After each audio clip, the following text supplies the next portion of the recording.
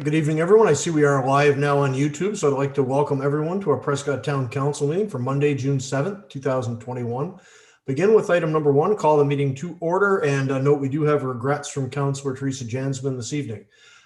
2 is approval of the agenda. A recommendation there that the agenda for the council meeting of June 7th, 2021 be approved as amended. We do have one item that's being added tonight with council's permission, and that's 18.3, discussion on a community grant item. Could I ask for a mover on that recommendation, please? Moved by Councillor McConnell, seconded by Councillor Ostrander. Any comments, questions on the agenda this evening? Seeing none, I'll call the question. All in favor? Motion is carried. Thanks, everyone. Item 3, declarations of interest. Does any member of council have a declaration to make this evening? Seeing no. 4 is presentations, nothing tonight. 5, delegations, nothing tonight. 6 includes the minutes of the previous council meetings. 2 items on there. 6.1 of the minutes from our meeting on May 17th, 2021. Recommendation reads that the council minutes dated May 17th, 2021 be accepted as presented. Could I ask for a mover, please? Moved by Councillor Burton, seconded by Councillor Shankar. Any discussion on that set of minutes from May 17th? Seeing none, I'll call the question. All in favor? Motion is carried. And 6.2, the special council meeting minutes. That's just from last week, June 2nd, the special session we had on Wednesday night. Recommendation reads that the special council minutes dated June 2nd, 2021 be accepted as presented. Could I ask for a mover, please? Moved by Councillor Ostrander, seconded by Councillor Young. Any discussion on that set of minutes? Seeing none, I'll call the vote. All in favor? Motion is carried. Thanks, everyone. 7, communications and petitions. Nothing tonight. 8, under consent reports, we do have the usual information package. Recommendation is that all items listed under the consent report section of the agenda be accepted as presented. Could I ask for a mover, please? Moved by Councillor Burton, seconded by Councillor Shankar again. Any discussion on that section of the agenda tonight with reference to the information package? Councillor McConnell? Thank you, Mayor Todd. There was a resolution from Fort Erie in that package regarding capital gains tax on primary residence. I would like that to be referred to staff for a report and discussion at council. That is something that would affect every homeowner in Ontario, including myself and yourself, Mayor Todd, and everybody sitting around here. If you have investment property, I think it's only fair that that be taxed. If you have paid for or worked on your own home for decades, then I don't believe that it should be taxed. For many, many people, that is their retirement money. And I believe that we should support that and have a discussion on it in the near future. Thank you. Thank you very much, Councillor McConnell. Everybody okay with that, I am assuming, so we'll bring that one back. Anything else anyone would like to speak to in the information package this evening or refer it on? Seeing nothing else, then I will return to the motion and the vote. All those in favor? Motion is carried. Thanks, everyone. And on to item 9, committee report. So we do have one item under 9 this evening. It's 9.1, Prescott Heritage Committee Report 01-2021. This is about an application to alter 290 Henry Street West under the Properties Protected under the Ontario Heritage Act. Recommendation reads that council approve the application for the proposed renovations to the property located at 290 Henry Street, and that staff be directed to issue the heritage building permit, and that no painting be done to the exterior stonework without coming before the Prescott Heritage Committee at a later date. Could I ask for a mover, please? Moved by Councillor McConnell, seconder, Councillor Young. Sean, was this you? Yeah, Mayor Todd. It went before the Heritage Committee. It's the land, the house that's known as the old registry building at 290 Henry Street West. It's getting some tender loving care administered to it. Basically, everything was approved or recommended approved by the Heritage Committee, other than that they prefer that it not get repainted without it being brought back before the Heritage Committee to consider. They're hoping that the new landowner can afford to strip the paint off the front facade and restore the natural stone look, if at all possible. Thank you very much, Mr. Merriman. Councillor McConnell, you're our rep. Actually, are you still the chair of the Heritage Committee as well? Would you care to speak to that first before I open it up to the rest of council this evening? I will, Mayor Todd. Thank you. We had somebody who was very, very eager and I would say an ideal purchaser of a property like that come before the committee. They no sooner had the property purchased than they were looking for permission to start working on it. Looking at the building, it's probably one of the most unique buildings in Prescott. It has the stone facade. It almost looks like a Greek building that belongs in Athens or something. And the unusual thing about it is all of the stonework around, just not on the front and on the corners, but the top edges where you would normally find wood or tin in a building that day, it's all cut stone. And it's a great looking building. It's a building that reminds me of Dr. McPherson's office on the opposite corner of the same block. It's a small building that had a lot of work done to it and is a wonderful part of our community now and our heritage. And I believe that this building and this purchaser has the intention of doing a similar type of thing to that building. The interior of it, you could look on the real estate website and have a tour through it. And the front part had been made into a handicapped residence. The back part is basically untouched. The wood part is falling off of it. The lady is going to spend a significant amount of time and money and bring it into the 21st century, and good on her for doing that.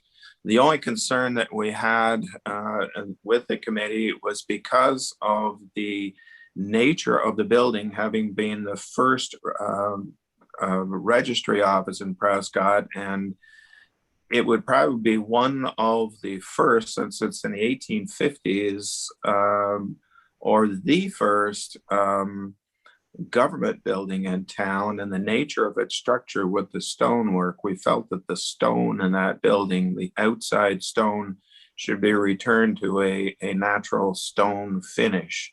And so we made that a request, and she was going to repaint the entire outside of the building, which I'm sure would have looked very nice.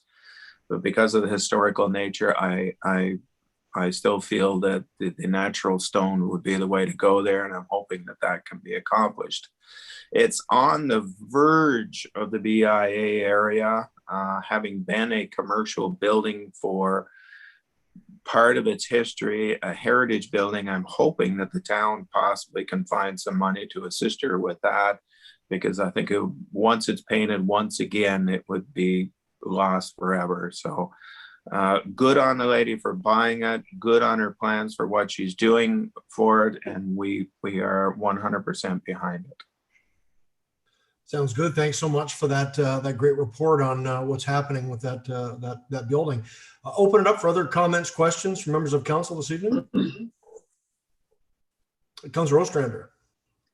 Thank you, Your Worship. I took an extra bit of time looking at that whole thing today, the last couple of days, and it's quite a project. And I guess you could call it a labor of love or a labor of unique interests in historical buildings. But I think whoever it is faced with quite a bit of planning as well as doing. And I'm sure Mr. Merriman would probably agree that it's quite a project, and it's probably going to take some time to unfold. It's one of those where you want to do it slow and do it right, as opposed to trying to finish it quickly or anything like that. It's not one of those by any means. And Councillor McConnell gave a good overview of its history and everything. And it's just one of those core of the town buildings that would really look nice if it's done up according to spec. Thank you. Thank you very much, Mike. Any further comments tonight on this item? I just want to say I'm glad to see this coming forward as well. It's always been, as Lee mentioned, it's kind of an odd house. It's always been a fascinating place. I remember even as a kid, wondering, what the history of that structure was, because it's so different than almost anything else in town. But it's always kind of been the odd building out. It's been a rental for a number of years. I think it was empty for a number of years, and it's great to see it getting some TLC, and that it'll be brought back to its in full honor of its heritage, because it's one of the older homes in town, and certainly one of the most unique residences in Prescott. So good on the owner for taking this on, and be interesting to see things as they move forward. So with that, I will call the motion. All in favor? Motion is carried. And on item 10 tonight, I've got two resolutions that I asked staff to add this evening. Under 10.1 is a resolution. It's a request for the federal government to fund Indigenous truth and reconciliation initiatives. We were all quite horrified by the news that came out of Kamloops. I guess a little over a week ago now, the discovery of the 215 Indigenous children that were lost there, hidden there. Just words just fail me, and even trying to discuss this, how awful that was, the entire residential school system. So I asked our clerk to come up with a resolution we could look at this evening, and Lindsay did an excellent job with this, worked on it at the end of last week, and hoping we'll get support here this evening. And glad to see we had the flags lowered, and I think they're lowered pretty much across the country for the last week, but we need to do more than that. And this is just our effort, I think, to just trying to prompt a little added initiative at the federal government level. So the recommendation reads, whereas in 1876, the Indian Act established a legislative mechanism for the operation of government and church-run residential schools, and whereas these schools were set up to assimilate Indigenous children by eliminating parental and community relationships, and whereas these schools had little to no intellectual, cultural, or spiritual involvement in Indigenous communities, and whereas the conditions in the schools were often appalling and students often suffered from physical and sexual abuse, which contributed to the social and health problems found in Indigenous communities today. And whereas on May 27, 2021, the remains of 215 children were discovered at the Kamloops Residential School in Tequesquemek First Nation territory. And whereas half-mast flags cannot mask half-mast action, commitment, and resolve. And whereas as a country, we must urgently move past words, regret, and commemoration. And whereas there is a need for the federal government to provide sustainable funding for existing and new Indigenous healing centers to address the physical, mental, emotional, and spiritual harms caused by residential schools. Therefore, be it resolved that the Council of the Corporation of the Town of Prescott requests that the federal government, 1, initiate full forensic and criminal probes into Kamloops and all Indigenous residential school sites across the country so that all Indigenous children can be brought home. 2, provide real justice for these terrible crimes and full-on accountability for the individuals and institutions responsible. 3, put an end to 15 disgraceful years of fighting First Nations children's equality in tribunals and courts. 4, fully embrace and make progress on calls to action and calls to justice from the Truth and Reconciliation Commission of Canada and the Missing and Murdered Indigenous Women and Girls Inquiry. 5, speedy adoption of C-15 and implementation of the UN Declaration on Human Rights. 6, provide a transformative commitment to rights and genuine reconciliation from each and every one of us. And further, that a copy of this resolution be sent to the Right Honorable Justin Trudeau, Prime Minister of Canada, the Honorable Mark Miller, Minister of Indigenous Affairs, MP Michael Barrett, Leeds, Grenville, Thousand Islands, and Rideau Lakes, MPP Steve Clark, Minister of Municipal Affairs and Housing, and all municipalities in Leeds and Grenville. I would ask for a mover, please. Moved by Councillor Ostrander, seconded by Councillor Burton. Any discussion? Councillor McConnell?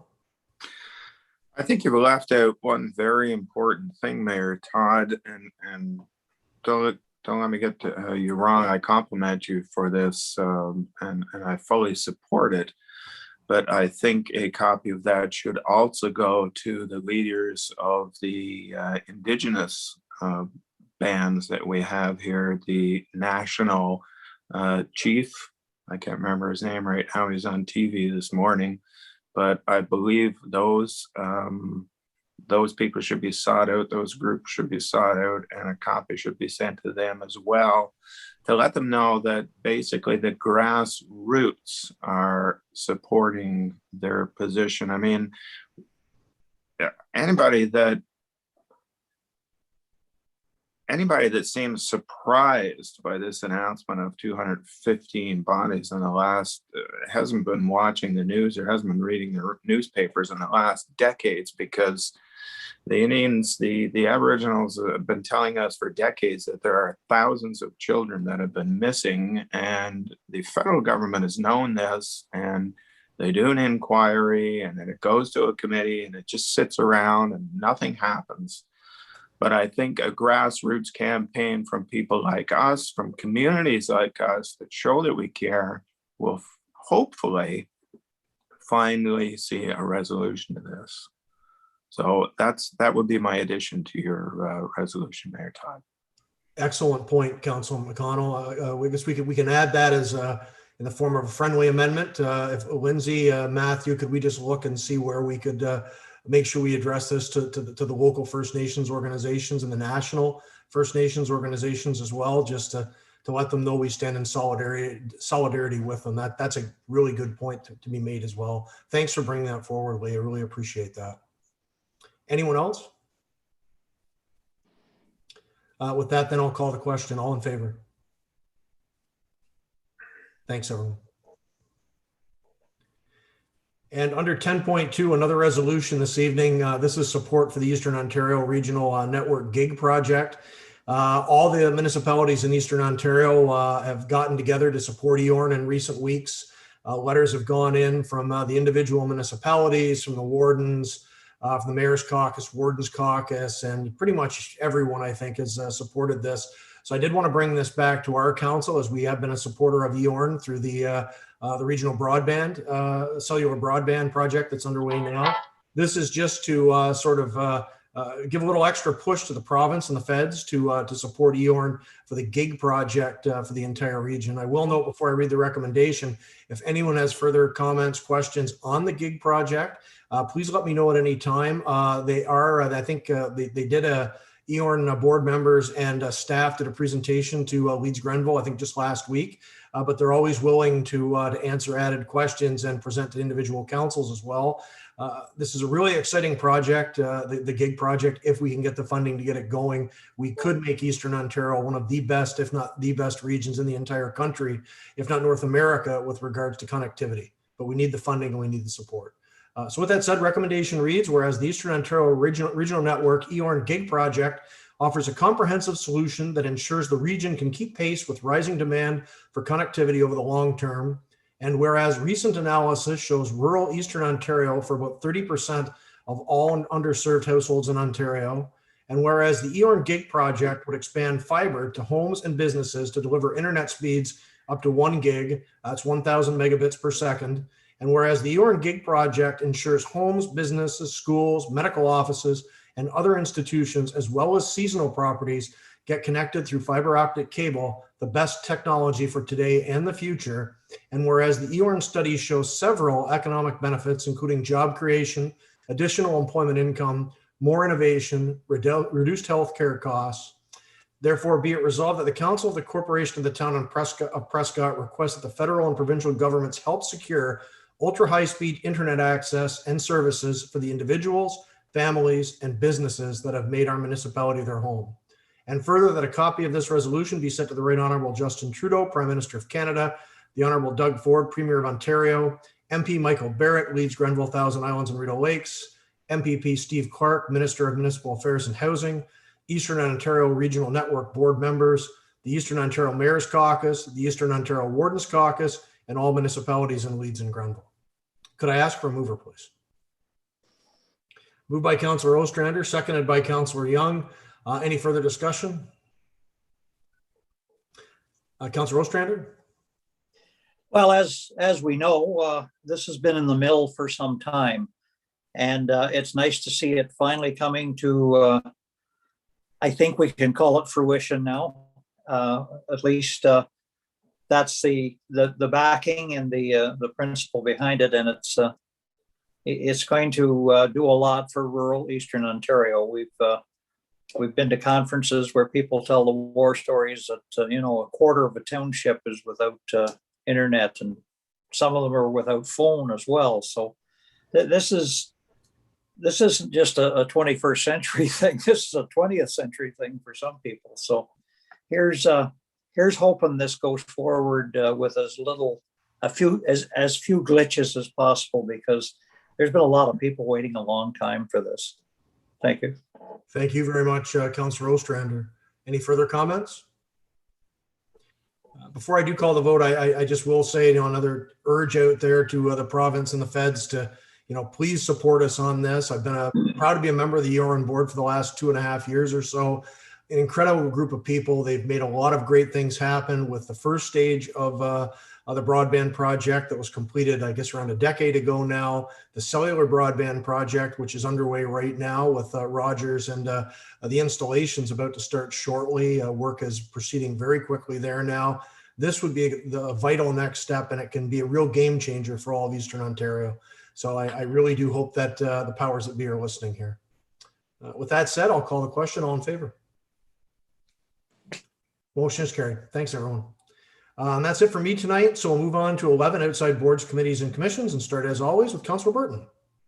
Thank you, Mayor Todd. The Planning Committee met last week. It's nice to see that we have 2 more businesses taking advantage of our CIP program. So that's really nice to see. The splash pad is going really well. It's well utilized over the last weekend, and I'm sure there's kids splashing around during our meeting tonight. So that's good. It's good to see that it's well utilized, and the beach as well. So that's it for me. Thank you. Yeah, it's been absolutely packed down there. It's this beautiful weather. It was just crammed down there today. It's great to see so many people taking advantage of the opportunity. I will note, though, just to follow on what Councillor Burton mentions, I usually leave this to Councillor Jansman. With the planning committee, we did approve the one real notable one. It's a Springer building on the corner of King and Center Streets. Some heavy work ongoing there. We've already seen H&R Block move in, but more work is ongoing there. So it's another great boost for our downtown. It's 4 properties, and it's just fantastic to see some real work starting there. Thanks very much, Councillor Burton. Councillor McConnell, please. Thank you, Mayor Todd. Just another comment about the splash pad. The little kids love that bucket that fills up with water, and you never know when it's going to drop. And when it does, there's all kinds of screams and runs, and it's the greatest thing to sit and watch. Anyway, my broken record here again is in regards to the library. No people can come into the library, of course, at this present time, but you can phone into the library, or you can go and knock on the door and tell them what you're looking for, give them an author, an idea, and they will be glad to go and find some books for you. They are still having Freebie Fridays, and what they do is they put out excess books, discontinued books, duplicates that they have. They also put out some movies, because of course we rent movies. Well, we don't rent them, we loan them out at the library. And I noticed the last couple of weeks when I've gone by, they have a significant number of talking books as well. So if you're in your car, you want to going a distance, you want to have a talking book, you can. Or if you're at home, if you have vision qualities, they have a tremendous amount of Westerns, I noticed. So somebody must have donated a whole bunch of Western talking books. Walker House, of course, Susan is still busy with Zoom things that are going on. I bumped into her out in the community the other day on Friday, I think it was, with the walking club. And the ladies were all stretched out going for walks. Of course, they all had to say hello to my little dog, and he's has to say hello to every one of them. He's very sociable. And as already noted, the Heritage Committee met recently in regards to 290 Henry Street, so I won't go any further into that. And I'll leave it at that, Mayor Todd. Thank you. Thank you very much, Councillor McConnell. Councillor Ostrander, please. Thank you, Your Worship. Last Monday, I sat in on the United Counties overview of the community safety plan that everybody has a copy of now, and it's going to be put forward primarily to the police services boards for fine tuning. It was interesting. It looks like the primary thing is to send it back to the municipalities and allow them to add something or delete or whatever that's unique to their community. There was mostly the mayors were going over the major points of it and how it would affect their communities. And it was fairly lengthy. It was a couple hours, but it was well worth hearing how it weaves in and out of our police services boards too, with its information. Last Wednesday, I finally sat in on the municipal drug strategy Zoom, and it was very interesting. They had a guest speaker, an addiction specialist, who spoke for about 45 minutes. The meeting itself only lasted a little over an hour. It was a supper hour thing, but it was very interesting. There's another one on this Wednesday for those interested. It's going to happen at, I think, 12 noon. I have my calendar in front of me. And you can get the link through Tamara Baldwin or Brockville Police if you wish. Again, it's another expert on part of this opioid problem. I know your worship is aware that they're sort of on us down here to get a group going. It may take a while, but I think there is a sufficient interest. It's just a matter of getting back in the swim again. We've been out of this for 2 or 3 years, and hopefully we can get back in it. Anyway, one other item. Connect Youth is sort of got the dibs on the summer season, I guess. They're almost new 27-foot motorhome was put on the road last week. And all the workers have to take a little bit of a driving exercise to get to learn to operate it. And of course, I opened my big mouth and said I had a D license, and now they put me on the list too. So anyway, that should be interesting. They're going to have quite a way to cover their territory now. They do Grenville and parts of Leeds right now. That's all going to change when they amalgamate, of course, a bit. But they're in an interesting time of growth and change of venues of sorts. So you see a 27-foot motor home going around. It's got Connect Youth plastered on the side of it. It's not advertising. It's really them driving it. So anyway, that's it for me. Thanks. Thanks, Mike. Them or you driving it? It sounds like you're going to get some more time behind the wheel. I don't know. It won't be me at 4 a.m. I know that. I should add, I was actually speaking to somebody with Connect Youth today, and they actually were asking about the possibility of celebrating their 20th anniversary here in town later this summer, early fall. And I've just got to set them up with staff to look at possible use of the amphitheater. So great to see that they're going to do something for the 20th here in Prescott, where it really all began. So thanks so much for that, Mike, and thanks for being involved with Connect Youth all these years as well. Councilor Shankar, please. Thank you. Not really much to report, other than that there was good news today that we're moving into stage 1 early. So that is good news for everybody. Also, they're starting to provide the second dose of the COVID-19 vaccination earlier than expected as well. So that should really help with us and the community moving into the advanced stages. Like I'm hoping that we can move forward and get some of these businesses opened up that have been closed for so long. So that's good news for the people out there. Hopefully there's enough watching that make a difference. All right, thank you. Absolutely. Thanks very much for that. And Matt, I think we have announced this, but it doesn't hurt to remind anyone that's watching. We have that clinic coming up, the youth clinic here in town. Is that the 24th? Have I got the date correct on that? Yes, I believe it's the 24th of June. So there will be a youth clinic in Prescott for immunizations coming up on June 24th. Back at the Leo, information can be found at the health unit website. And we're, of course, promoting that as well through our own social media channels. So more vaccinations than we gave the last time. I think we gave a little over 280 the last time. This will be an even bigger clinic, as Councillor Shankar said, as we get those vaccinations rolled out, get the second doses, and get younger people their first dose. So hopefully we'll have a good month for vaccinations here in Leeds Grenville and right here in Prescott.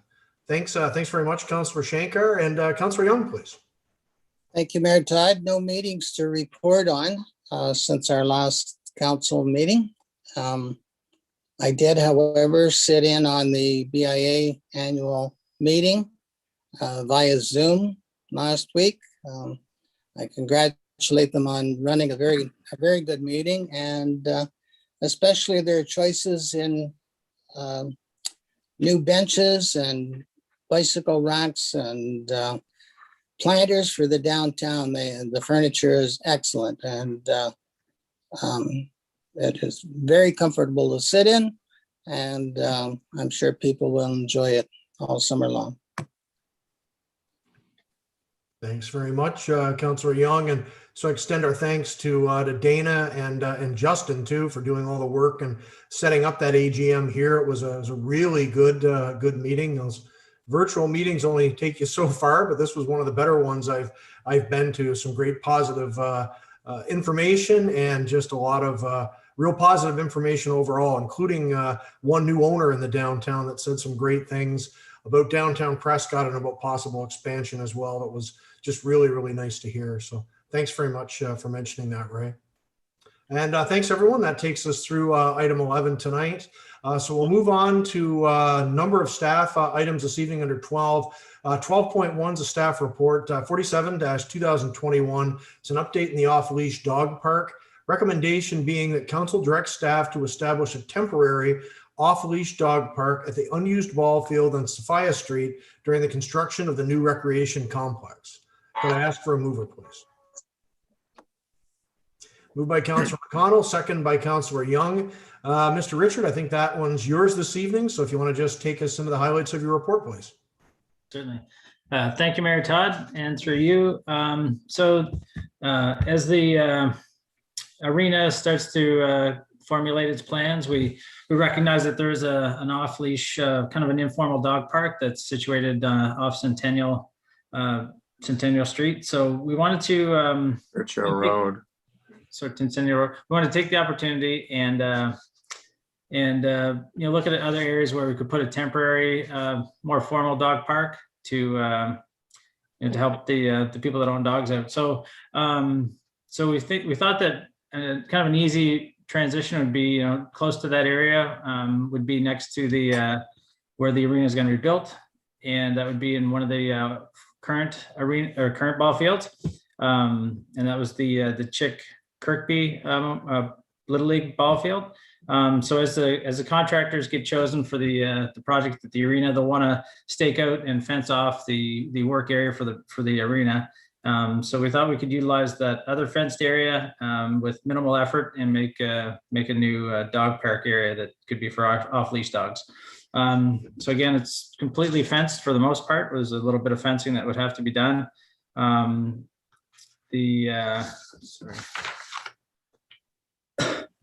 of the items that would be needed would be some signage. The parking would be similar to when the ball field was there. We would look to do a double entry gate, which I think is common in kind of formal off-leash dog parks. We would have waste receptacles and bags for the dog waste as well. We would ensure there's some fresh water options as well for the dogs. The shade areas would be in the form of the dugouts that are already there, so there's no extra work to be done there other than keep them clean and kind of get them a little bit nicer than they are right now. Add some benches for seating areas for the owners of the dogs, and I guess the dogs may choose to jump on them as well.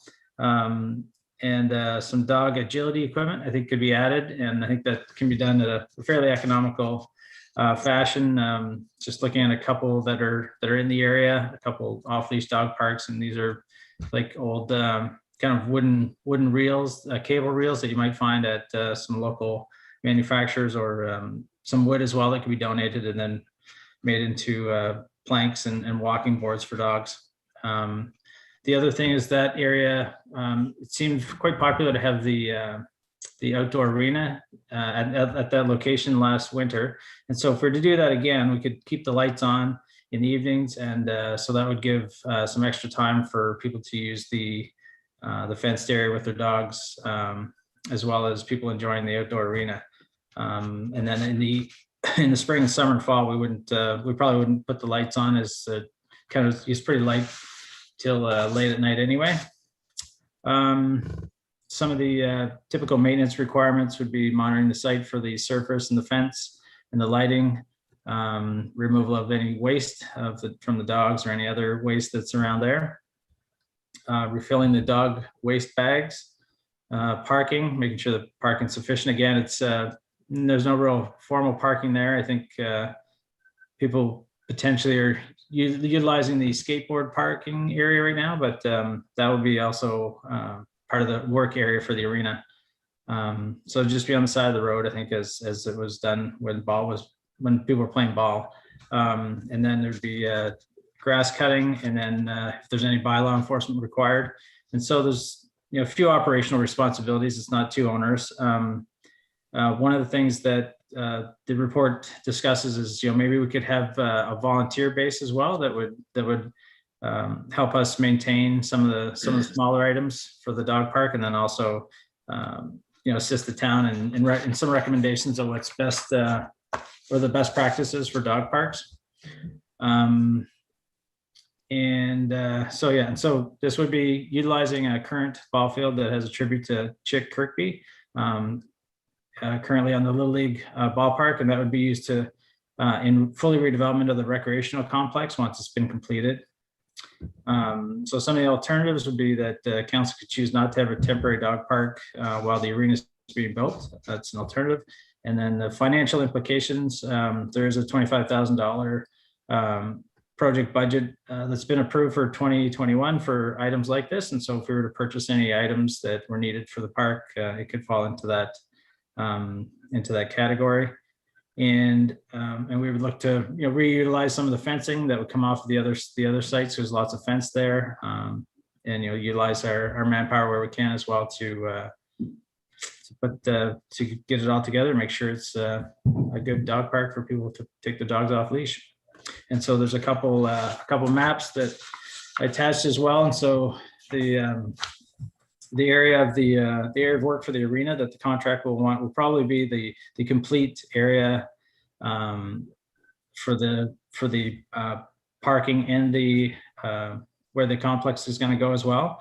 And you can see that the current informal dog park is completely inside of that, so you couldn't use any of that. And then the next map shows a couple options of things that potential locations where things could go for the double entry and the water dish. That's it. Thank you. Thanks very much, Nathan. Sounds great. And I just want to underline again, because this is always something people are sensitive about. And I know when I talked about this with Matthew a few weeks back, I made sure that it was mentioned in the report that while we may be having a dog park here on the site of the Chick Kirkby ball field, that doesn't mean that we're removing Chick's name from that. We're going to make sure that people like Chick, Tom Carr, Ed Brown are all honored in the new recreational facilities as we put the new fields in there. So I just want to really underline that as a point in case it gets missed by people that may think we're disrespecting anyone here. That's absolutely not the case. All these great men will be honored in the new facilities. So I'll open it up for comments, questions from members of council this evening. Councillor Burton, please. Thank you, Mayor Todd. Thank you, Nathan, for the beautiful report.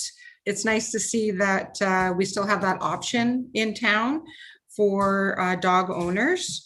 I do like the fact that we're adding some agility stuff in there, something fun. I think that will really be a good attraction, and definitely the shade as well. And the fact that we're utilizing some of the fencing that we already have is a definite plus. So I'm looking forward to bringing my dogs there and seeing what they can do. Thanks. Thank you very much, Councillor Burton. Other comments, questions tonight, members of council? I have Councillor McConnell, then Councillor Young, please. Thank you, Mayor Todd. The only other dog park I ever visited was the one in Brockville shortly after it was built. And I noticed that they had kind of a puppy park version where you had puppies or smaller dogs that wouldn't get run over by the larger ones, because what happened when we took our dog in the door or in the gate was, of course, all the dogs come running, a new dog in the group. And if you have a little dog, they could eventually be scared and get run over, and maybe no harm was meant by the bigger dogs, but it's still, so they had a smaller area for smaller dogs that you could put them in. And given the fact that this is not the permanent dog park, I don't know if we want to go to the expense of having a separate fenced area for smaller dogs, but perhaps it's something we should seek some advice on or input from the community. Thank you, Councillor McConnell. Nathan, any comment on that? I think, Matt, didn't we talk about this exact concept about the sort of the waiting area for smaller dogs and so forth? Nathan, do you have a comment on that? Yeah, through you, Mayor Todd. Yeah, I did look at I looked at the one in Brockville, and I would agree there was a separate area, and I wasn't 100% sure what it was for, but I think that makes sense that it would be for smaller dogs, so they're kind of playing with kids their own size, so to speak. I think one of the options is we could potentially, again, there's lots of fence that is going to be, we could start removing any time, I think, from the other ball fields potentially, or the fenced in area now, or the other ball field to the south. And maybe we could find a fencing contractor that would potentially do some work in response for maybe a sign on the existing fence, for them to get recognized for some volunteer time. So that's something we could look at as well. So cost could be minimal. There's a dog barking in the background there, and somebody agrees. Not mine. Councillor Young, please.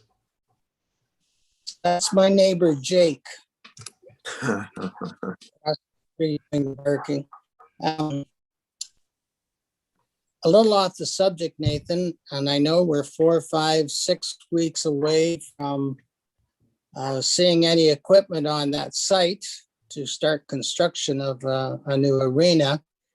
But has the building been marked? Exactly where it's going to go?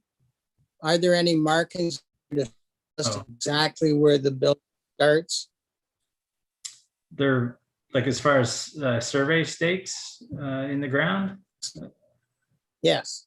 No, none of that's been completed yet. Okay. I'm sure I'm not the only one eager to see exactly where it's going to set. Yeah. Thank you. Thanks very much, Councillor Young. Other comments, members of council?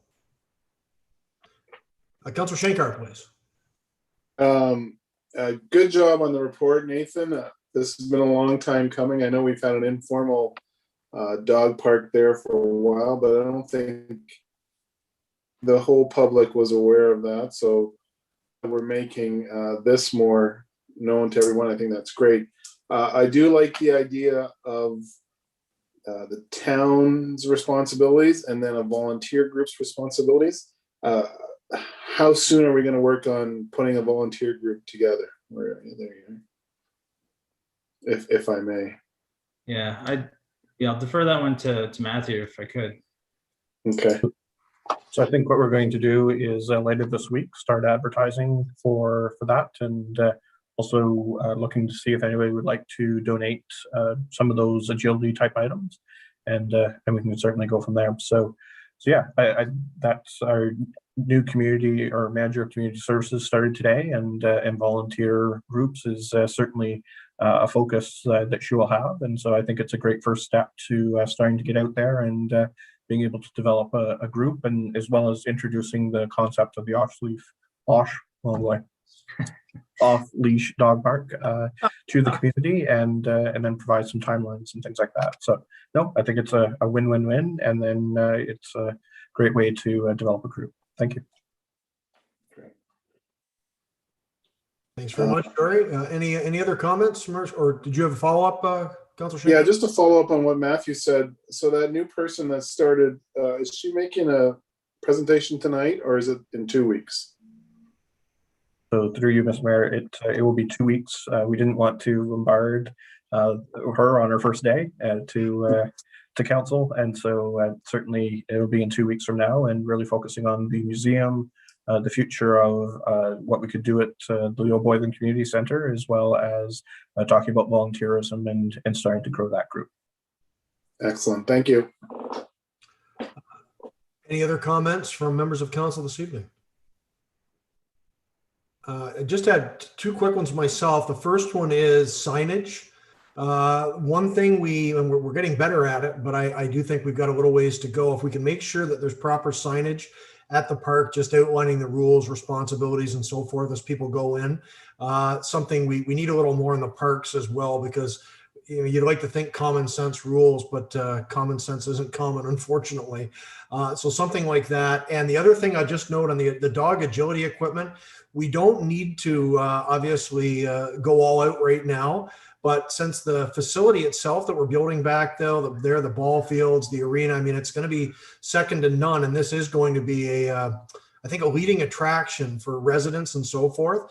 So I think if we could take a look at it, what we could possibly do, I don't know. I mean, doggy play structures, is there something that would really stand out there and really make sure that we've got a first-rate dog park? Because I do think people do look at these things for quality of life. And if we're going to attract residents, this may be a small area we can actually, kind of roll out the red carpet to the four-legged community and maybe really do something nice back there. So that would be my only comment about the equipment being modest in nature.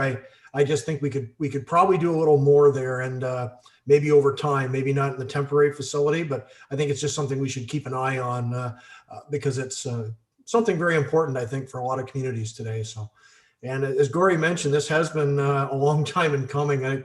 Ray, Lee, I mean, this goes back how many years on council? We had the petition. We had this is a lot of years. We've looked at about 6 different locations in town, and it's great to see we finally got something.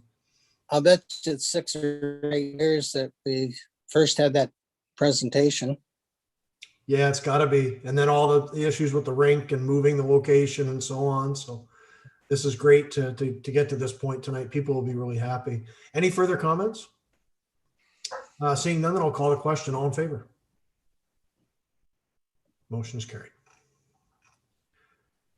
I guess one question I think the people will probably be asking, when would we have some movement there and actually have the park open, Nathan? Well, I think now that we have approval through council, we will start to work on things this week, and I think we'll get things kind of cleaned up in the next week or two, and then I think that we'll be able to have some fashion of a park within a month and a half. Great, thanks very much. Yeah. And on to item 12.2, that staff report 48-2021 Farmers and Crafters Market Bylaw and Vendor Handbook Adoption. Recommendation reads that council provide feedback to staff on the draft Farmers and Crafters Market Bylaw and Vendor Handbook of Rules and Regulations by June 15, 2021, and that the final revision of both documents be brought to council on June 21st, 2021 for final review and consideration. Could I ask for a mover, please? Moved by Councillor Young, seconded by Councillor Burton. So I believe that's you, is it not, Dana? If you want to take us into the report, a lot of people will be happy to hear that. Looks like we'll have a farmers and crafters market a little later this summer. Thank you, Mayor Todd, through you to council. So we have a report in front of council for consideration tonight. This is for receiving feedback for a new Farmers and Crafters Market Bylaw, as well as an accompanying vendor handbook of rules and regulations. So as many of you are aware, we have Economic Development Department will be taking over the management of the farmers market moving forward.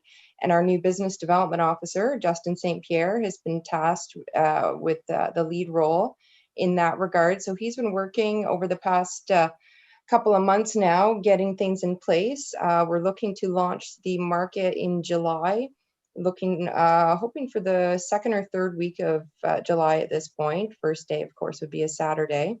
So he's been reaching out to past vendors and recruiting. We'll be working on recruiting new vendors. You'll be seeing some promotions happening over the next few weeks. And as part of his work, we've been reviewing the current bylaws, and it came to our attention that there were actually a couple of governing bylaws that were covering the farmers market, and both of them were quite dated, and we really felt there was an opportunity to bring them, to be a little bit more current and in line with some of the bylaws that are in place in neighboring farmers markets and some of our neighboring municipalities. So we've got a new bylaw here for your consideration. Some of the key features of that would be the addition of a mobile food vendor option. So we've had a lot of discussions about ways that we could really try and feature some of our local restaurants in the market. And for those that are interested, we'd like to be able to give some of our restaurants the opportunity to actually set up and sell handheld food items at the market, as well as potentially look to outside mobile food vendors down the road to come in as a feature, as part of the market, to attract a little bit more interest and hopefully benefit the seasonal and the daily vendors that are there setting up as well. So we would like to add that to the market, and we would limit those mobile food vendors to no more than 20% of the total vendor licenses issued. So that's really to ensure that the market still maintains that traditional farmers and crafters market makeup without becoming just a mobile food truck site. And we would also like to, as I mentioned, adopt a new vendor handbook of rules and regulations. So this would really kind of spell out for the vendors the rules of the market, what's expected of them, what opportunities are available as far as spaces and oversight from the town, as well as supports that are available, promotions, and other activities that we'll be planning as part of the market throughout the year. And then as part of this, we would also like to establish a new farmers and crafters market task group. So this task group, the main purpose would really just to provide general oversight and support to the market clerk, AKA Justin, as well as provide an avenue for designated vendor representatives to communicate any market-related opportunities or concerns back to the broader administration group. We felt that that connection was really lacking in the past. And the real important piece, I think, to all of this is the market will now be administered by the town. The town will be taking much more of a lead role in actually administering, coordinating, promoting the market, as opposed to in the past, it had been somewhat vendor run, although still adhering to the town bylaw. So we thought there would be a really good opportunity to kind of create those connections, and then the town can provide broader support, as well as bring other agencies into it, such as the BIA, for example. That would be a recommended member of this new task group. And we felt that they would be an important piece to that, considering the market does operate right in the downtown core and is, of course, a much broader benefit to those downtown businesses as well. So as far as financial implications are concerned, we are anticipating $1,000 to $1,500 for essentially a marketing budget for this season. And the revenues from the market would really be used to fund that budget on an ongoing basis. We're really hoping to grow this out moving forward and possibly even expand to other locations in the community. We should hopefully outgrow the current location at the Clock Tower parking lot. And then for the 2021 season, the recommended vendor fees are as follows. Seasonal vendor fee permit would be $175. A daily permit fee would be $10. And then the mobile food vendor daily permit fee would be $75. And this is right in line, again, with neighboring markets in the area. We wanted to ensure that we were remaining as competitive as possible, because we are, again, building this market somewhat from scratch, and we'll have to work very hard to attract new vendors to the market. So this will definitely be, something that grows from year to year. It will start small for this summer because we are rebuilding from scratch, essentially. We do have a small handful of vendors that we hope to start out with and really grow it out from there. And then as attachments that we have to this is, of course, the new recommended bylaw, followed by the recommended draft handbook of rules and regulations. And then we've also included the existing farmers market bylaws so that council can complete a little bit of a comparison. And as CAO Armstrong mentioned, we are hoping to receive feedback by the 15th. So then we can bring this, the final draft bylaw before council at the June 21st meeting for final review and consideration. Thank you.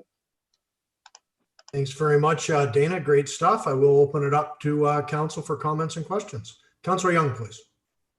Thank you. Dana, previous bylaws had a opening at 8 o'clock or 7 o'clock or whatever it was and closing at noon.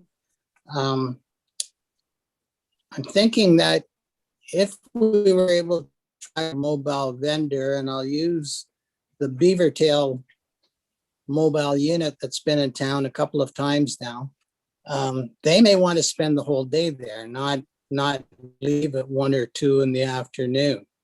And I'm wondering if that could be considered in the bylaw.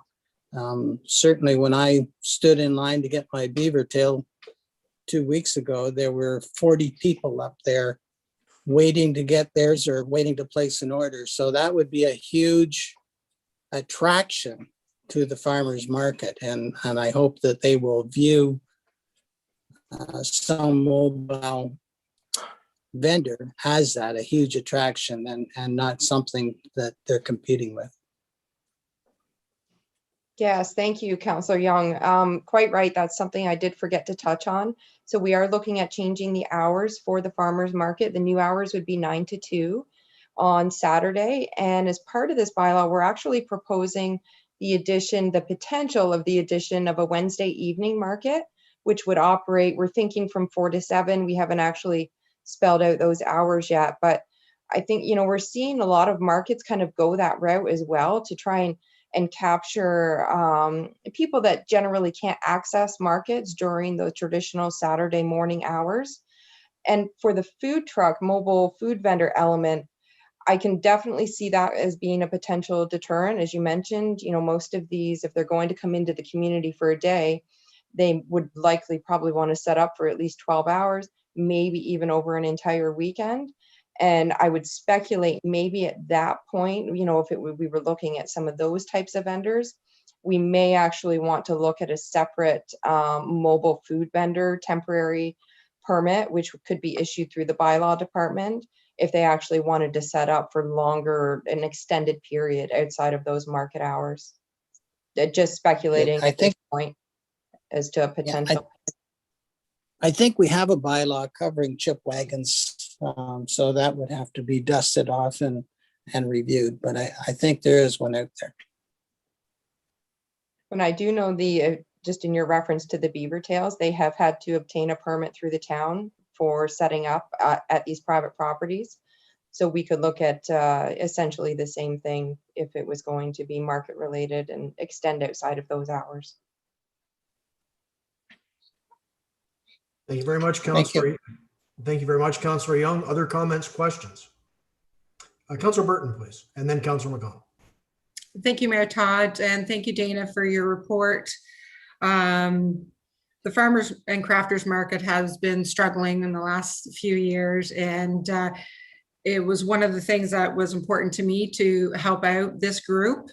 They were struggling, and there's so much potential down there to grow even bigger. And I'm glad that there's going to be a staff member that's going to be helping out this organization.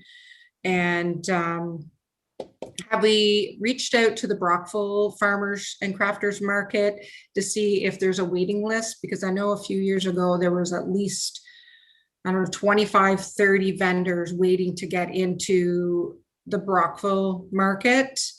Is something to consider. And what is the vendor permit fee? Is it comparable to other municipalities, what we're setting up? It is, yes, very comparable.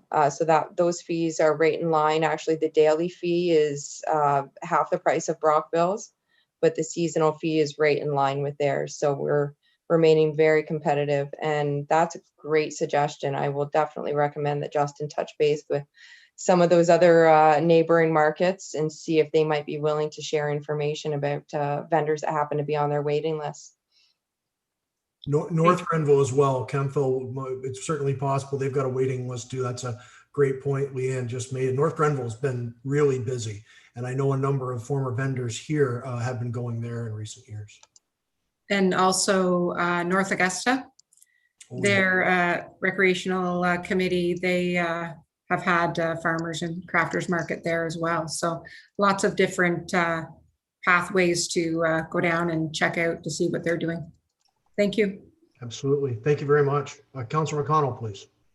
Well, thanks, Mayor Todd. I know this question came up the last time that we discussed the farmers market. And the question was the selling of produce outside of the farmers market. Because we have people in the north end that sell corn, and it seemed to me there was somebody else in a downtown area that was selling something else at one time. Flowers, of course, are sold in the north end on particular days.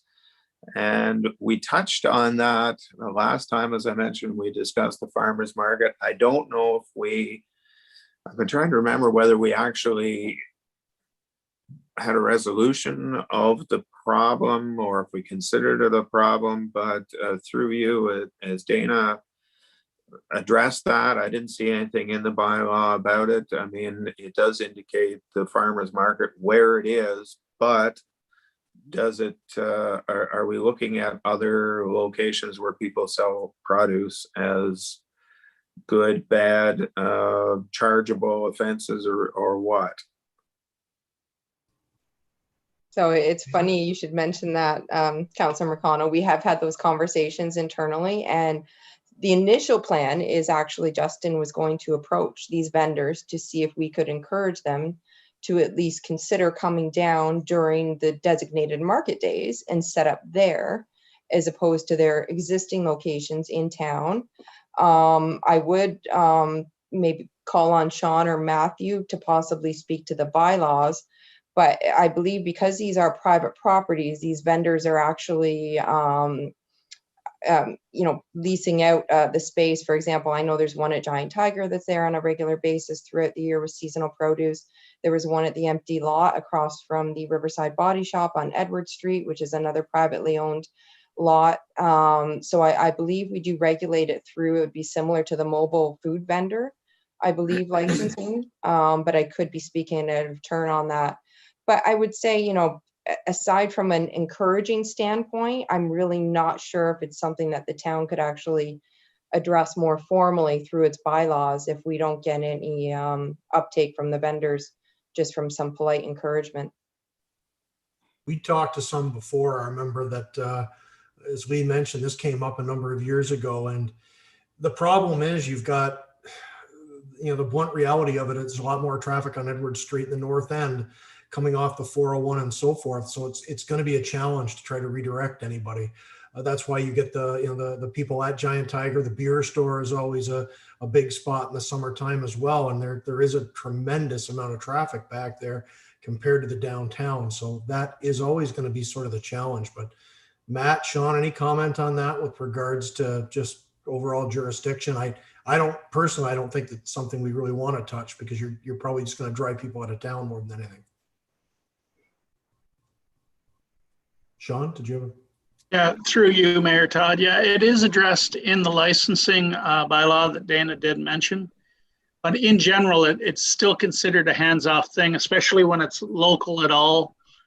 So like if the farmer from the region basically comes into town, he makes arrangement in a commercial space with that person to set it up. Basically, it's allowed because there's no, actually in the licensing, it says the fee shall be waived.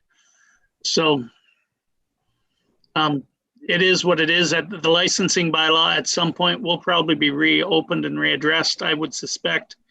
Matthew can confirm the priority, but I think it's probably going to be after the property standards issues have been addressed. Matt, I saw you nod there. Is that correct in the time frame? Yep. So after we finish property standards, then our next one to tackle is business licensing.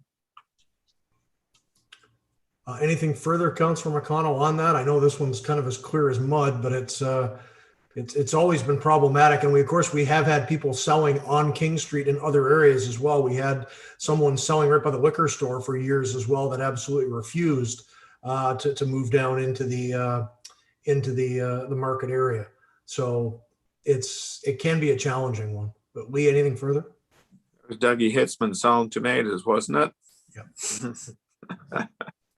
No, it's about as I remembered it, which was kind of foggy, and it sounds like it's still foggy. And let's face it, we're the town surrounded by a rural area, and it's something that's going to happen. Very true. Other comments, questions this evening on the Farmers and Crafters Market?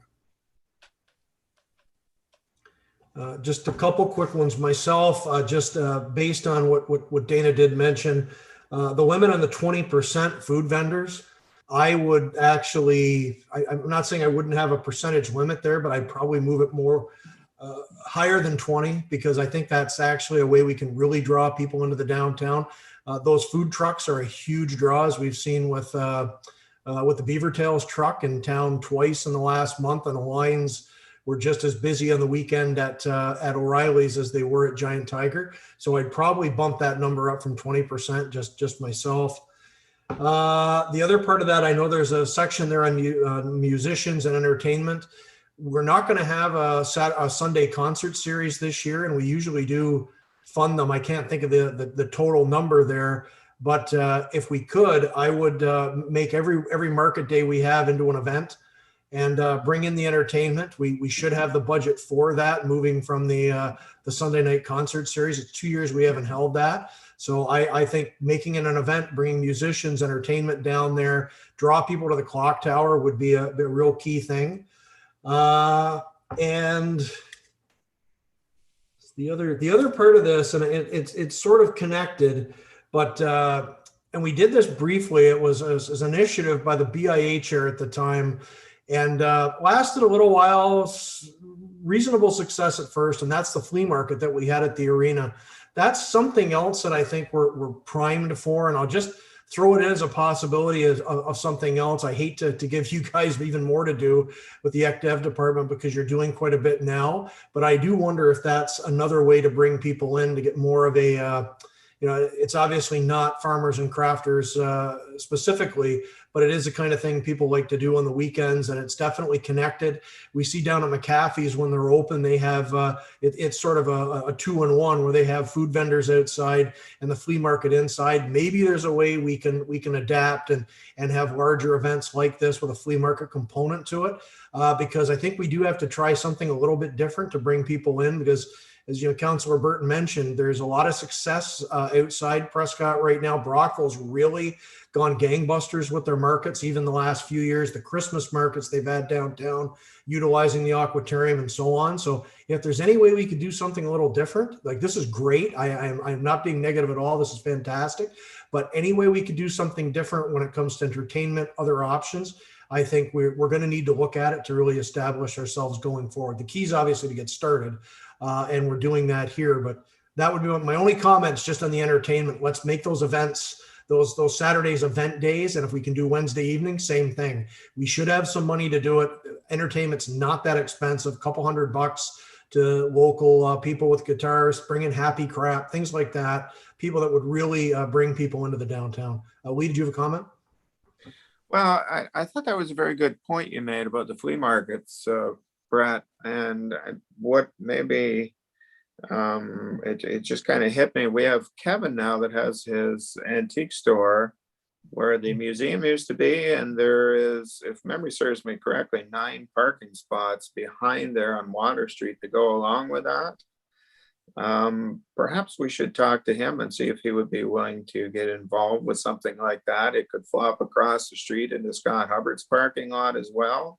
And of course, he has the restaurant there with refreshments available, so that might help him out too. And it could spill down into the parking area for Riverwalk Park. I think that it might be something worth investigating on a Sunday, you know, or a Saturday afternoon with people wandering around near the water. It might be more attractive than in the rink where we had it before. Yeah, and even if we did it the arena, like Crossman, Steve Crossman was the one that started this. Like, it was very successful at first, but it foundered a little bit, and what they just weren't bringing in enough vendors. So, Dana, you had a comment?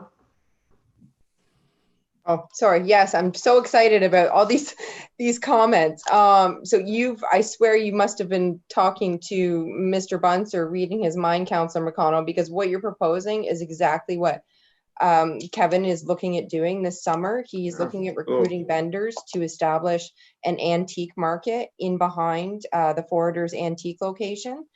And we've actually so Justin and I had a lot of internal kind of discussion about just the farmers market itself, and what are our options there, and should it be a traditional farmers and crafters market? Because the caveat with that is you're very much restricted to whatever vendors you have at the market have to be selling locally grown or locally produced goods.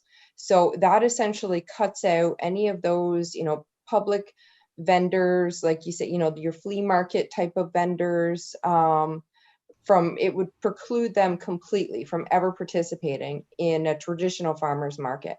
But there's multiple layers that you can go with. And we had a lot of discussion about should we look at, instead of sticking with the traditional farmers and crafters market, should we look at actually transitioning this into a public market? It would still have all those components of a farmer's market, your produce vendors, your locally grown produced products, but then it would also open up the whole other line of vendors for like your flea market type of vendors, products that aren't necessarily produced and grown locally. And it would also open up a lot of opportunities for our local businesses, if there is interest, to come down and set up at the market, that still have their own brick and mortar locations. It would give them another opportunity, another location in town to feature their products, services. And we really thought about this for a long and hard. And to be honest with you, we thought that the appetite would probably be to stick with the traditional market. So we really didn't propose it, but I can tell you there's a huge appetite for transitioning more to a public market from the economic development standpoint in our department.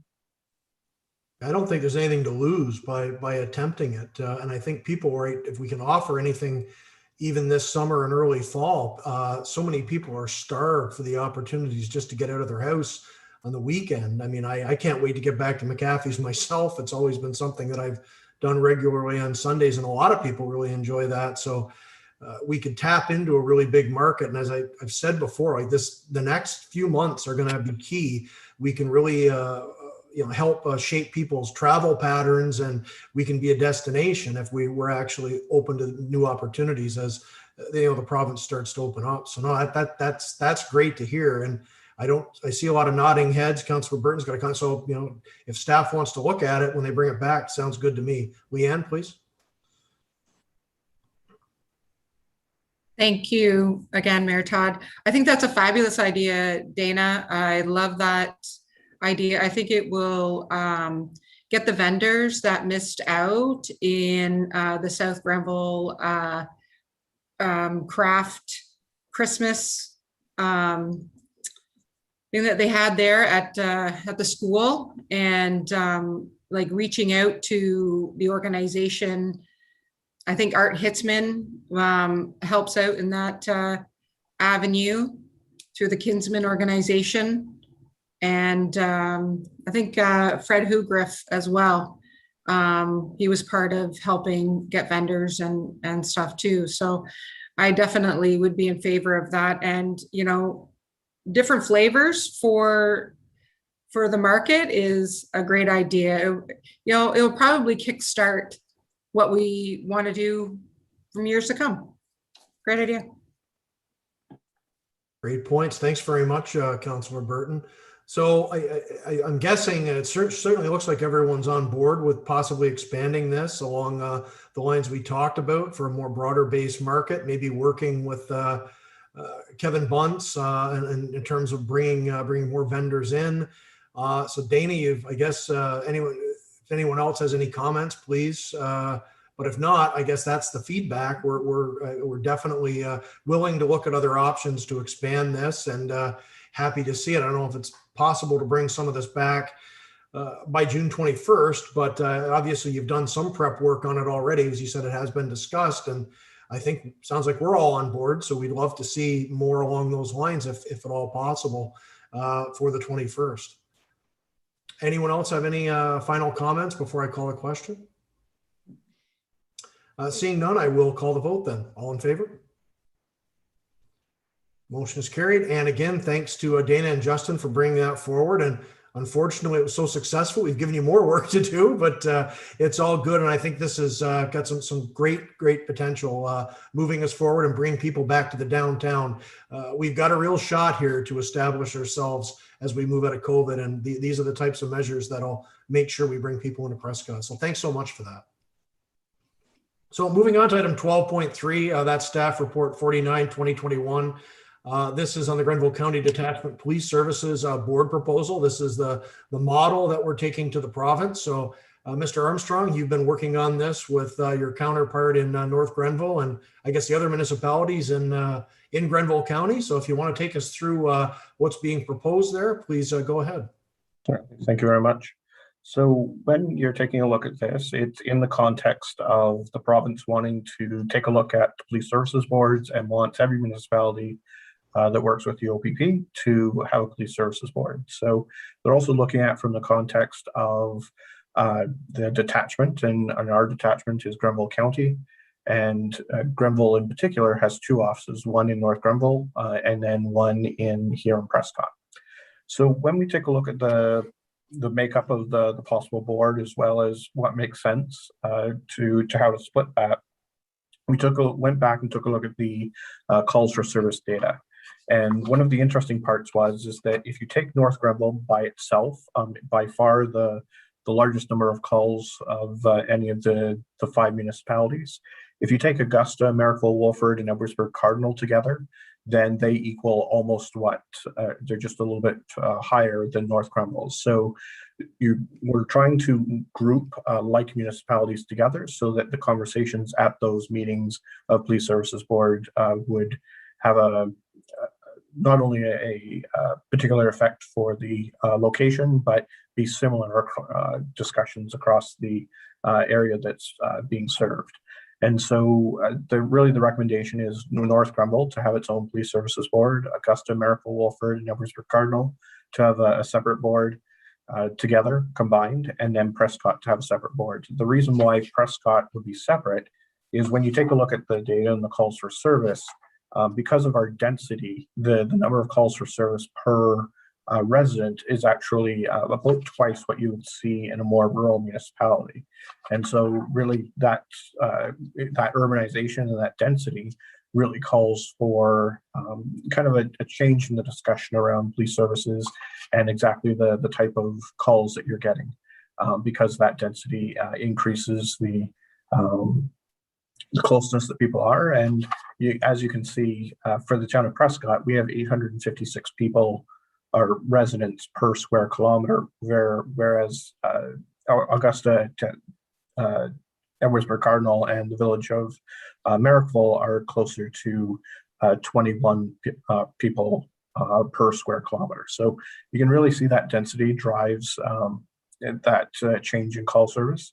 And then obviously North Grenville, again, being fairly large, has double the number of people per square kilometer at 46 than those other 3 more rural municipalities. So really, we started with the data. We had a discussion around what makes sense in terms of what the makeup would look like.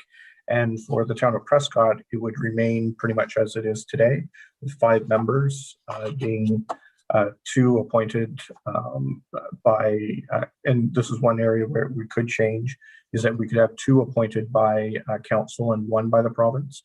Currently, we have two by the province and one by council, and then one member of council as well as the mayor. So all of that is certainly something that we can make a recommendation on. Really, the intention this evening is to put this in front of council to receive any feedback again before our next meeting, and then be able to hopefully review it and pass it so that we can make that recommendation to the province. Thank you. Thank you very much, Mr. Armstrong. So again, we don't have any motion here this evening, but Matthew did bring this forward just to get everyone's feedback, input on this, so we can bring it back and hopefully finalize this at our next meeting, so we can go into the presentation to the province united. So open it up for comments, questions this evening. And of course, this isn't the last kick at the can this evening as well. Obviously, if anyone comes up with something email-wise, please send it in. Councillor McConnell and then Councillor Ostrander, please.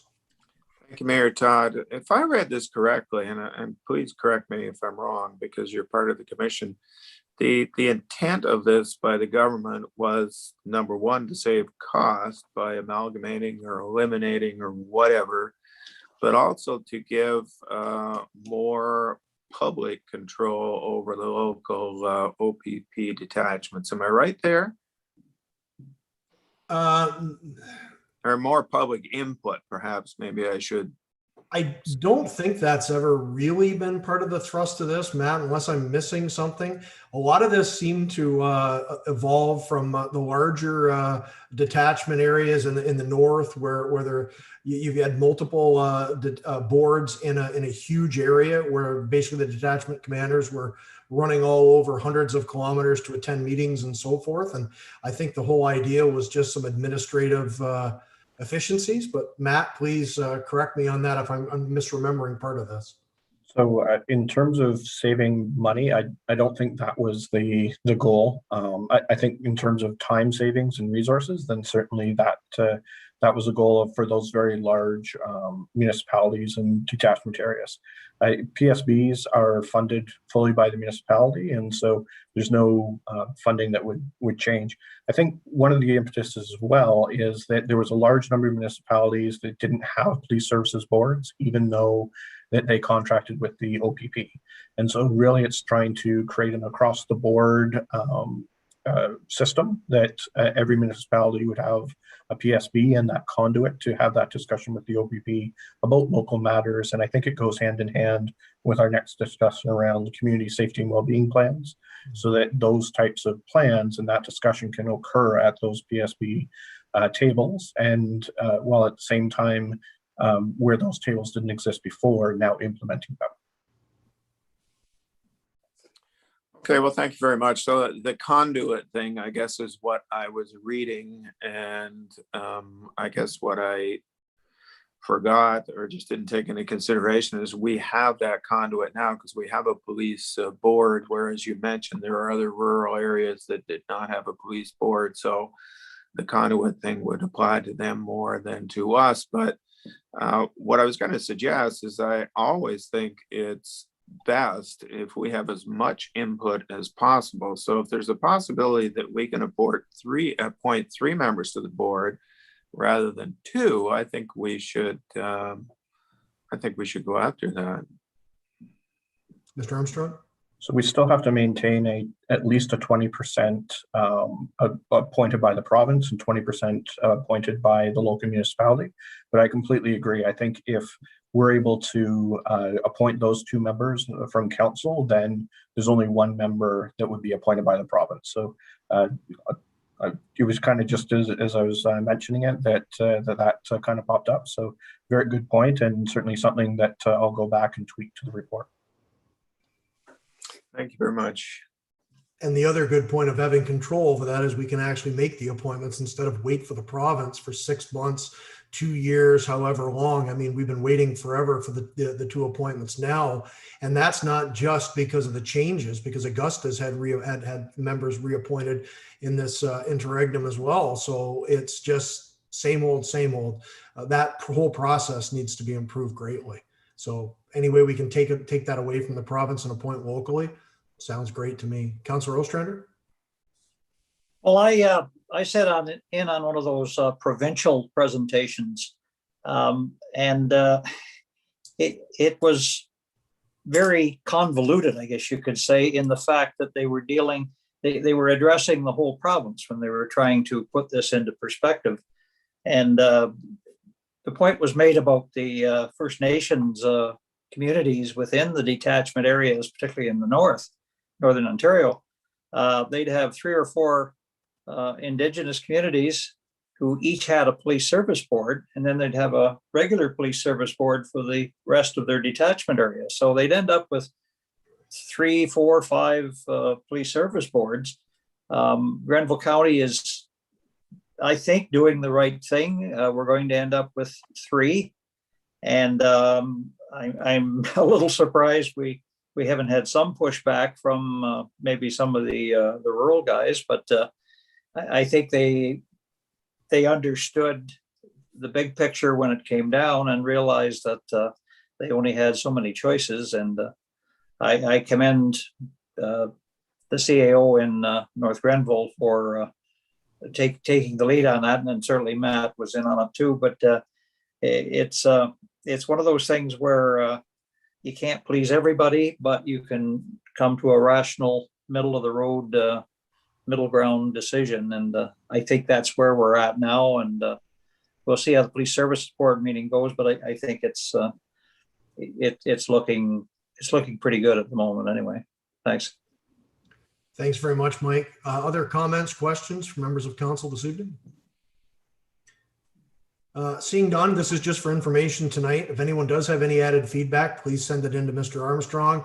I can't agree anymore with Mike. It's been a good process, actually. This sort of second time around has been better than the first one, because last year when this first came up and then COVID sort of interrupted it, we were actually at there were some loggerheads there, and things were a little bit different with regards, particularly with how things were working with North Grenville. But this time around, we really, the mayor's actually talked about it quite a bit. I spent quite a bit of time talking to Nancy Peckford about it, and also Doug Malenka, and Doug Struthers a little as well. And I think everybody was pretty much on the same page with this now.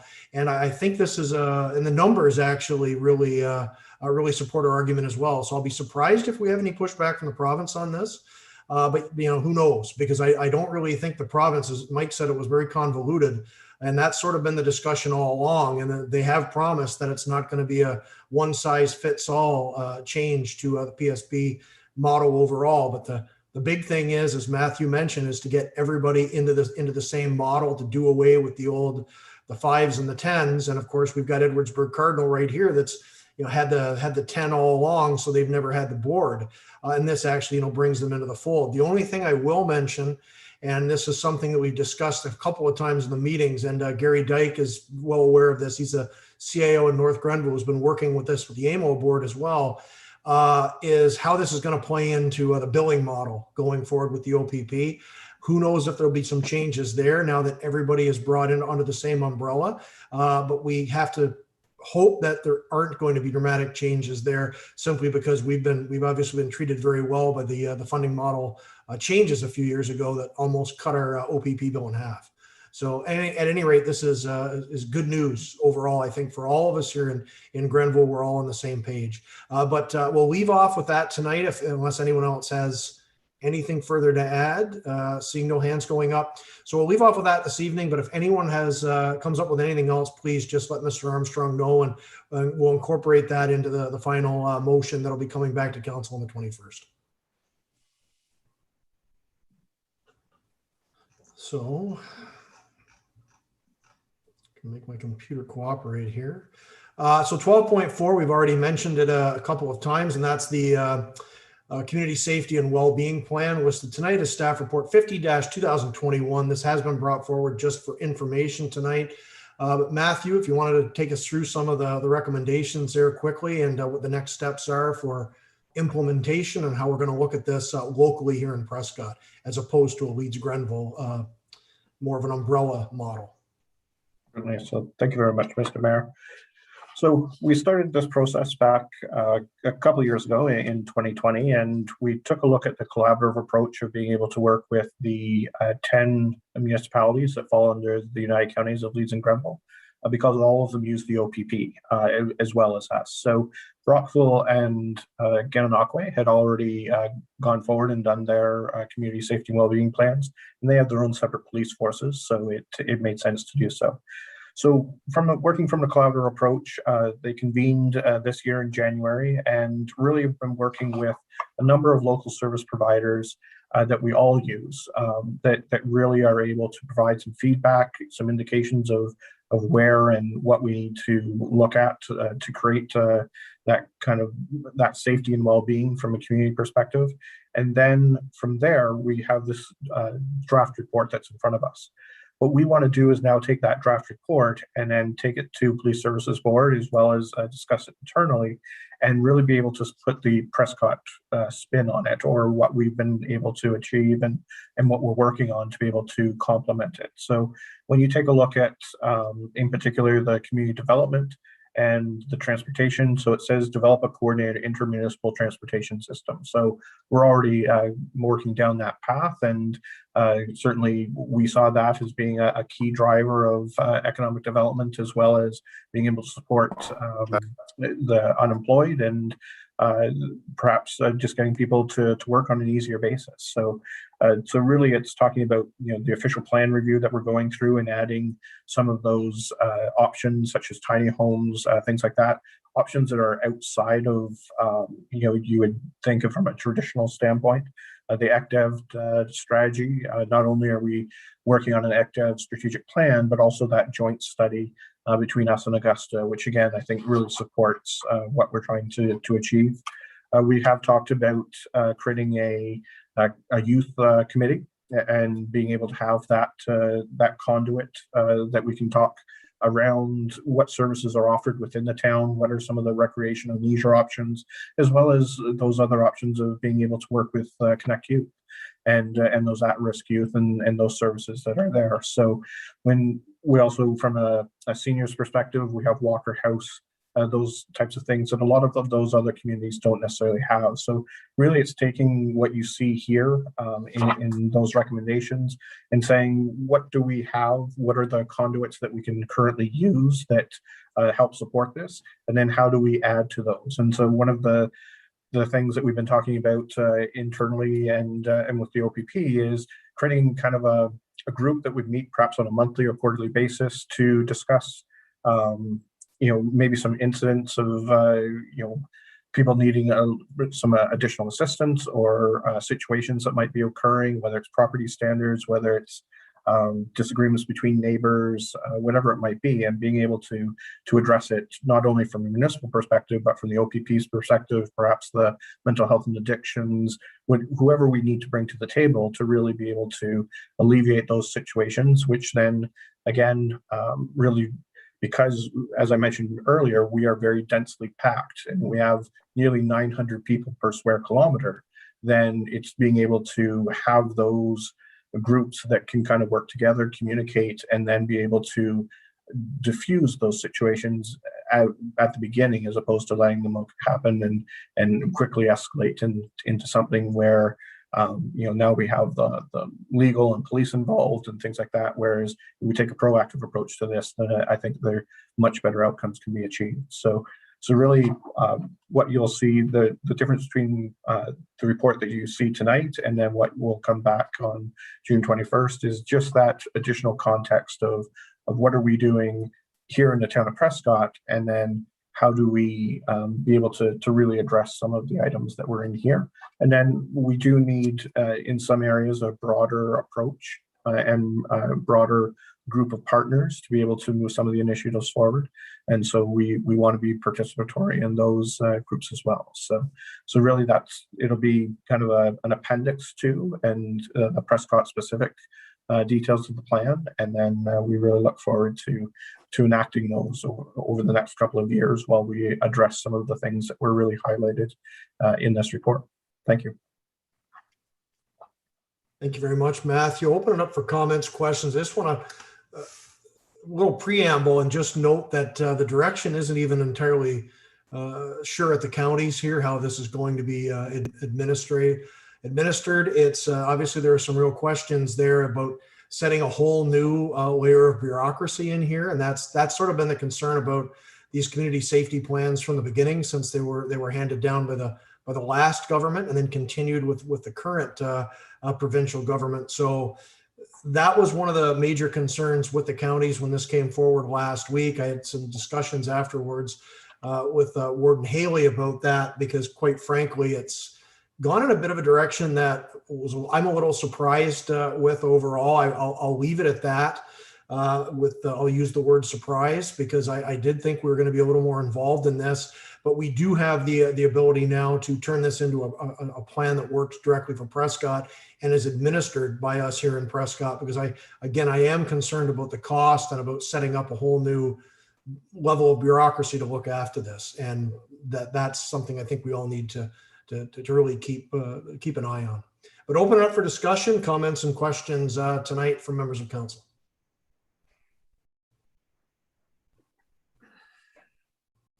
Councilor Burton, please. Thank you, Mayor Todd, and thank you, Matthew, for your report. It's a good report. I do appreciate that in the report, it talks about mental health. Mental health is a big issue right now with all the isolation and stuff that people are experiencing. So I'm glad to see that definitely in the report, and the youth connection too. That's important as well, to help out wherever we can. So thank you. Thank you very much, Councilor Burton. Comments, questions from other members of council this evening? Okay, not seeing anything else tonight. There is a lot there to digest. I would urge everyone to take a good look at it and consider what our role will be in putting this together and administering it the next little while, because this is a fairly major focus of the province through the Solicitor General's office. And there's obviously room for partnership, but a lot of this we need to take on ourselves in Prescott, as Matt did mention, some of the potential options of how we administer this, and make sure we put forward the recommendations in a way that's cost effective, but also hits on all those sectors, as Councilor Burton rightly noted. The overall, it's actually quite far reaching, which is very good in that we do need to look at these areas. But at the same time, we've got to be wary about creating a whole new level of bureaucracy that eventually we're going to have to fully fund. So that is the one aspect of this that does scare me a little bit. Fine to tackle all of this and put it into place, but I am wary about the costs and how this will be administered. So we'll have some recommendations coming forward. We've got the PSB meeting coming up on the 17th, where there'll be some input from the OPP and members around the table there, and then it'll come back to council on the 21st. Again, as with the last item, if anyone has any observations, recommendations, please send them in to Mr. Armstrong, and we'll be sure to include them for that meeting on the 21st.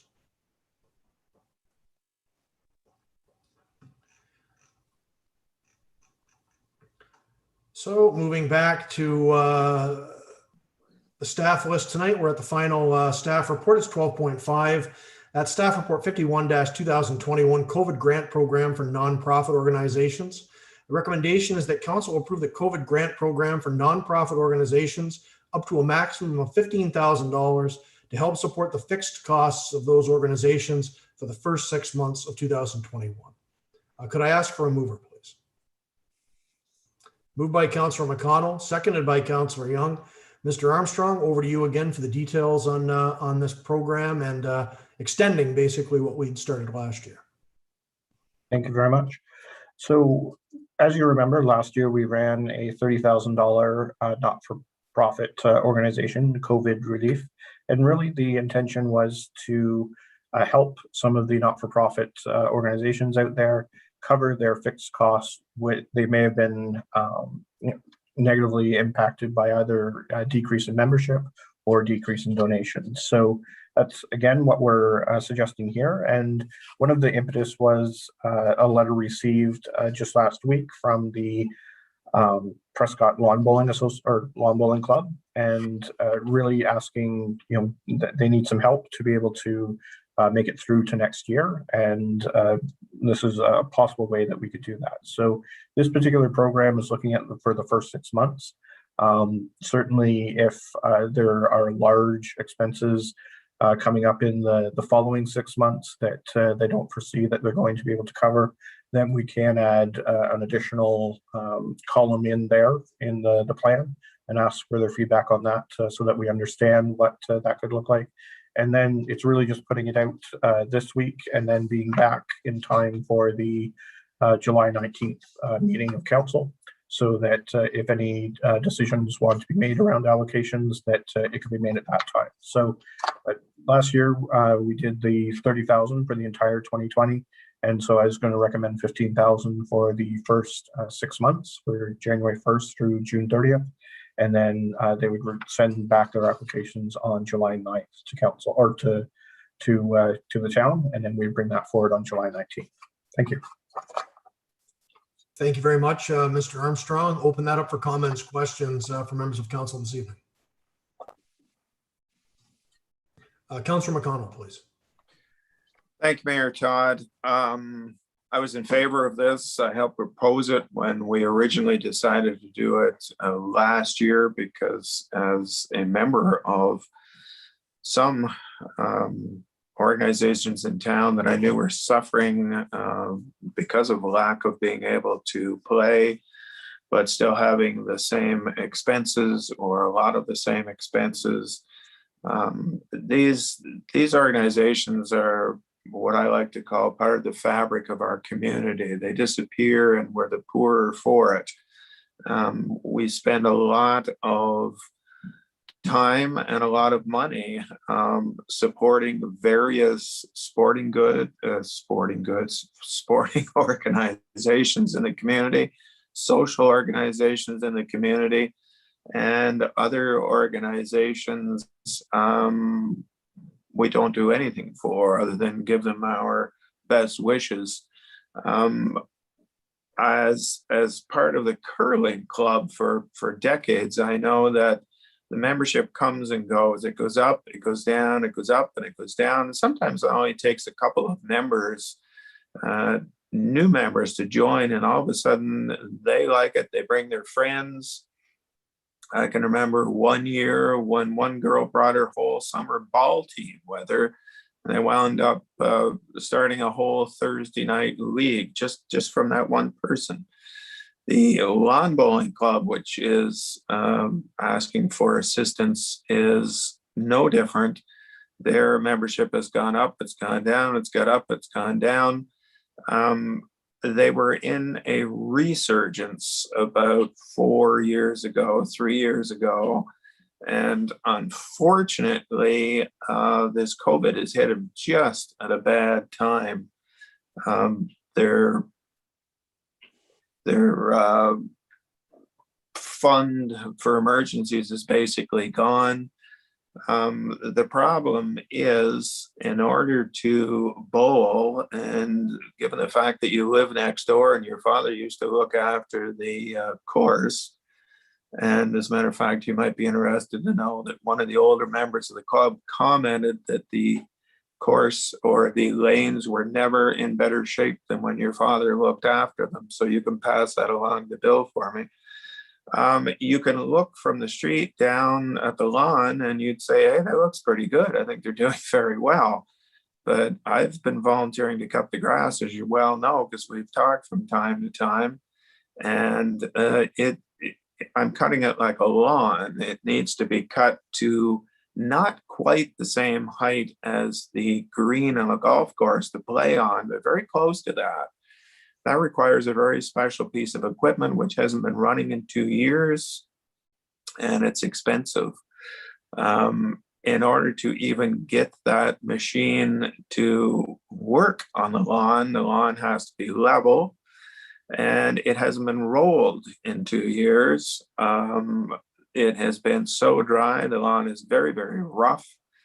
In order for us to get it into a condition that we could actually play on would take several weeks. And we would likely have to hire a groundskeeper to do it. And the problem is not being able to attract new members because of COVID. There just isn't the people there to pay for it. So what the Lawn Bowling Club is hoping that with an infusion of $2,000, that would put them in a position where they could get through to next playing season in the spring, attract new members, and be ready to go.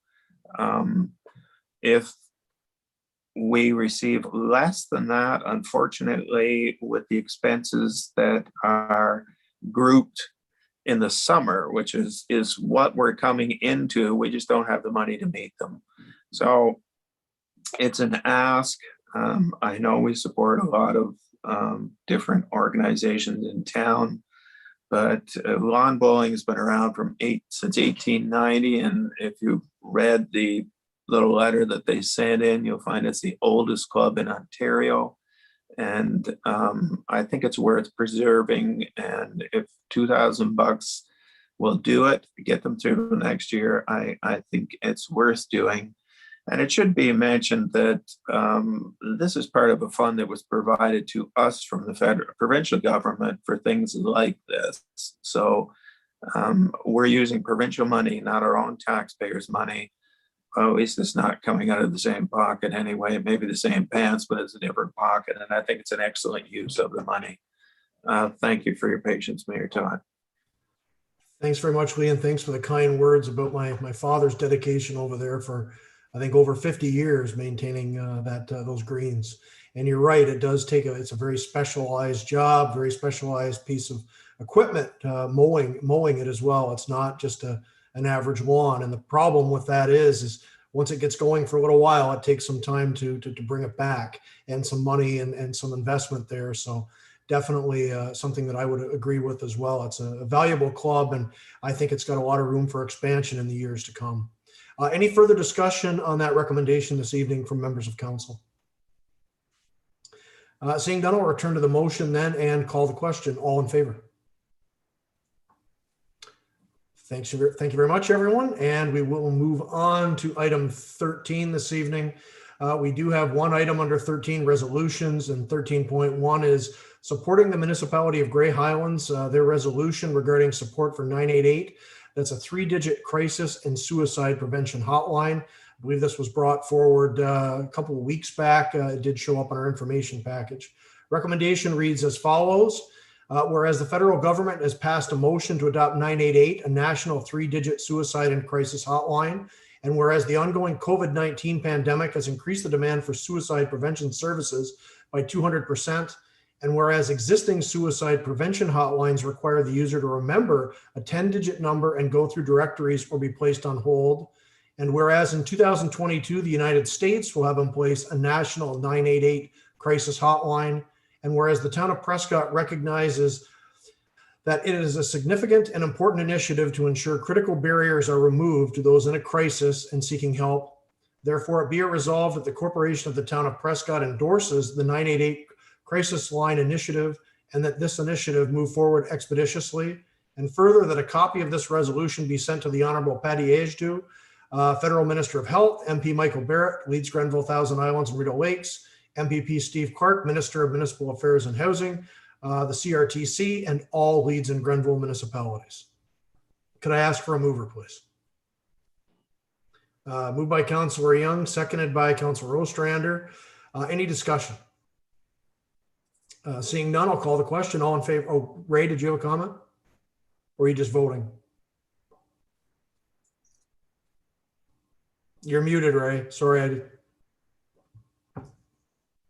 It wasn't worth it anyway, Brad. I was just going to say we're going to have quite a postage bill this month. Okay, thanks very much. And so I'll call the question. All in favor? Motion is carried. 14 bylaws, no bylaws this evening. 15 new business. Does any member of council have any new business to present tonight? Seeing no. 16 notices of motion. Does any member of council have a notice of motion to present this evening? Seeing no 17 mayor's proclamations, we do have one tonight under 17.1 on National Indigenous Peoples Day.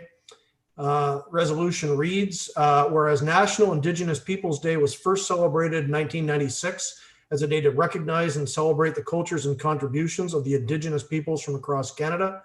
And whereas June 21st was chosen because it corresponds to the summer solstice, the longest day of the year, and for generations, many Indigenous peoples groups have celebrated their culture and heritage at this time of year. And whereas the town of Prescott acknowledges the rich culture, heritage, and achievements of First Nations, Inuit, and Métis people in Canada. And whereas National Indigenous Peoples Day is an opportunity to become better acquainted with the cultural diversity of First Nations, Inuit, and Métis people, and to discover the unique accomplishments of Indigenous peoples. And whereas celebration of National Indigenous Peoples Day can only come with the full truth and reconciliation, finding murdered and missing Indigenous women, and uncovering the truth of the Indigenous residential schools. And whereas the town of Prescott is a community that celebrates its cultural diversity, I, Mayor Brett Todd of the town of Prescott, proclaim June 21st, 2021 as National Indigenous Peoples Day. And this is, of course, dated and signed the 7th day of June, 2021 here in the town of Prescott.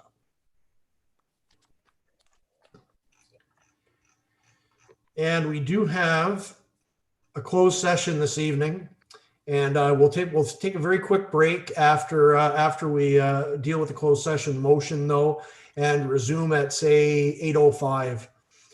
So closed session under 18 recommendation reads that council move into closed session at 8:05 p.m. to discuss matters pertaining to 18.1 approval of closed session minutes, 18.2 union negotiations under section 239 2D of the Municipal Act, labor relations or employee negotiations. And we also have 18.3, which was added at the start of the meeting, community grant under section 239 2I of the Municipal Act, a trade secret or scientific, technical, commercial, financial, or labor relations information supplied in confidence to the municipality or local board, which, if disclosed, could reasonably be expected to prejudice significantly the competitive position or interfere significantly with the contractual or other negotiations of a person, group of persons, or organization. And we are making allocation of the CAO treasurer, clerk, interim director of operations, and deputy treasurer and deputy clerk remain in the room. Could I ask for a mover, please? Moved by Councillor Shankar, seconded by Councillor Ostrander. Any discussion? Seeing no, I'll call the question. All in favor? Thanks, everyone. We'll take a break till 8:05 and come back with the closed session. And just for everyone watching on YouTube, we will be back after the closed session to finish up the meeting this evening.